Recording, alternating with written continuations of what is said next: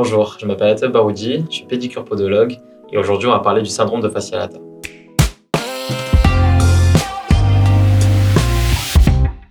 Le syndrome du fascia lata, on peut l'appeler aussi syndrome du TFL ou tendinopathie du TFL ou l'essuie-glace. Bon, de toute façon, c'est la même chose. Généralement, c'est une douleur qu'on va retrouver chez les coureurs. Coureurs qui commencent la course à pied ou qui en fait déjà à bon niveau. Mais la principale chose qui va déclencher cette douleur-là, ça va être la surcharge d'entraînement. Quand la surcharge d'entraînement elle devient trop brusque, le tendon il dit stop, il n'arrive pas à encaisser les contraintes et du coup il y a une inflammation qui se développe. Ça fait mal sur la partie du genou latérale du côté du tibia. Donc c'est cette zone-là qui va être concernée par la douleur.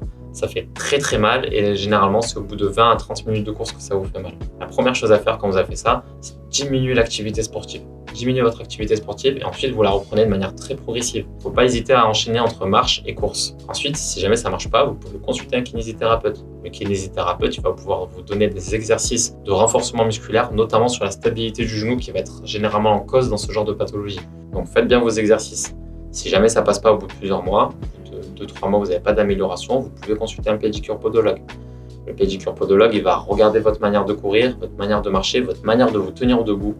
Et en fonction de tous ces éléments-là, il va pouvoir analyser et comprendre ce qui se passe au niveau de la stabilité de votre genou et venir corriger au niveau de votre pied, vous donner plus de stabilité pour éviter à votre genou d'avoir ces mouvements qui vont créer cette douleur-là.